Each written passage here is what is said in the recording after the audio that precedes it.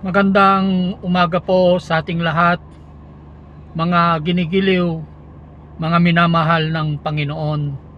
May pag-asa sa Panginoon, mga ginigiliw. Ang ibabahagi ko po sa inyo sa umagang ito ay ang nawala at natagpuang tupa. Sino nga ba ang nawawala at natagpo ang tupa na binabanggit dito ng Panginoong Hesukristo, mga ginigiliw? No, kung babasahin po natin ito sa Lucas 15, no, 1:1 hanggang 7, no. Yung tagpo na ito, mga ginigiliw, ay sabi niya dito, isang araw ang mga maniningil ng buwis at ang mga makasalanan ay lumapit kay Jesus upang makinig. No, so yung mga karakter dito, mga ginigiliw, no,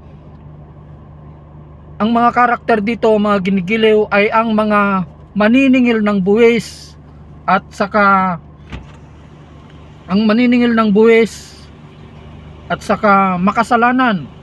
Pumunta sila sa ating Panginoong Hesukristo upang makinig sa kanyang mga katuruan, mga ginigiliw. No? Ngunit sa pagtuturo ng ating Panginoong Hesukristo sa mga taong ito na ang tingin nila sa kanilang sarili ay marumi at makasalanan, mga ginigiliw, ito ay pinuna ng mga relihiyosong tao, pinuna ng mga pare, mga nag-aral ng pagka-Diyos ng Diyos, mga ginigiliw. Pinuna po nila kung bakit lumalapit ang mga ito at nakikinig sa ating Panginoong Hesukristo sa kanyang mga katuruan. Kaya't ang sinabi ng Panginoong Hesukristo, kaya't sinabi niya po ang isang talinhaga, mga ginigiliw, na sabi niya dito, kung ang sino man sa inyo ay may 100 tupa at mawalan ng isa, ano ang gagawin niya? Sabi niya. So, yung meron daw 100 tupa, sabi ng Panginoong Hesukristo, nagbigay siya ng isang talinhaga na patungkol sa 100 tupa. At yung 100 tupa, merong isang nawawala. At yung isang nawawala na ito, mga ginigiliw, ito po ay patungkol sa mga, yung sinabi ko po kanina, na sila yung mga taong umaabin sa kanilang sarili na sila ay makasalanan, sila ay marurumi, sila yung mga tagapagsingil ng mga tax collector, mga babaeng mababang lipad, mga mangingisda, mga ordinaryong tao lamang, mga ginigiliw.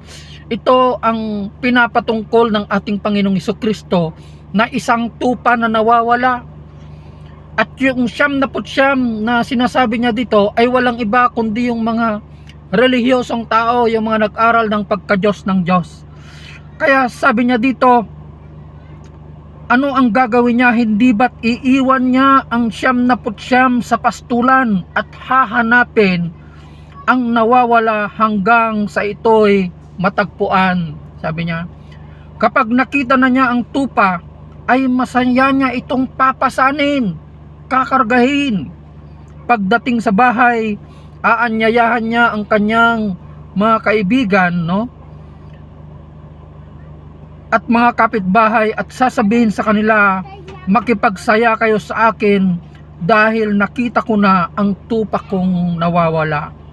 Sinasabi ko sa iyo, magkakaroon ng higit na kagalakan sa langit dahil sa isang makasalanang tumalikod sa kasalanan kaysa 99 na matuwid na di nangangailangang magsisi. Sabi po ng ating Panginoong Hesukristo, mga ginigiliw. No, so dito makikita natin kung paano ipinamalas ng Panginoon ang kahalagahan ng isang tupa na nawawala, yung mga nakikinig lamang sa kanya. No? Kaya walang silbi na marami tayong kalaman kung tinitingnan naman natin lahat ang pagkakamali ng kapwa natin, katulad ng mga tagapagturo ng kautusan na ito, na palagi nilang tinitignan yung pagkakamali ng kanilang kapwa nang alam nila sila ay matuwid, mga ginigiliw, no?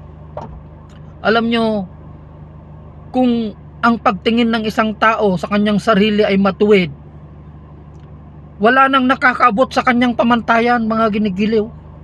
Napakahirap ng hanapin yung kanyang kagustuhan, no? So dito makikita natin, mga ginigiliw, na ang kahalagahan ng isang tupa. Yung isang taong nagsisisi sa kanyang kasalanan, yung tinitignan niya ang kanyang sarili na siya ay makasalanan at marumi, mga ginigiliw. Kaya't sila ang nakakilala ng pagdating ng Mesaya, sila ang nakakilala ng pagdating ng ating Panginoong Hesukristo, yung mga taong umaamin sa kanilang sarili na sila ay marumi at makasalanan. Subalit yung mga nagsasabing matatalino, hindi po nila nakilala ang pagdating ng Mesaya, bagkus sila pa mismo ang nagpapako sa ating Panginoong Hesukristo sa krus, mga ginigiliw. So I hope you are being encouraged muli, mga ginigiliw, sa napag-aralan po natin na ito sa umagang ito patungkol po sa isang tupa, na yung mga tupa na ito walang iba, yung mga taong lumalapit sa Panginoon, nakikinig sa kanyang salita, yung umaamin na sila ay marumi at makasalanan, mga ginigiliw, no? At kapag natagpuan po tayo ng Panginoon, masaya niya po tayong papasanin at iuuwi sa kanyang tahanan, mga ginigiliw. Magandang umaga po sa inyong lahat. Pagpalain po kayo ng salita ng Panginoon, mga ginigiliw, no? Sa lahat po ng kapulisan ng buong Pilipinas at sa lahat po ng patuloy na tumatangkilik sa gawain na ito ng Panginoon, pulis na pastor, God bless everyone. Maraming salamat po.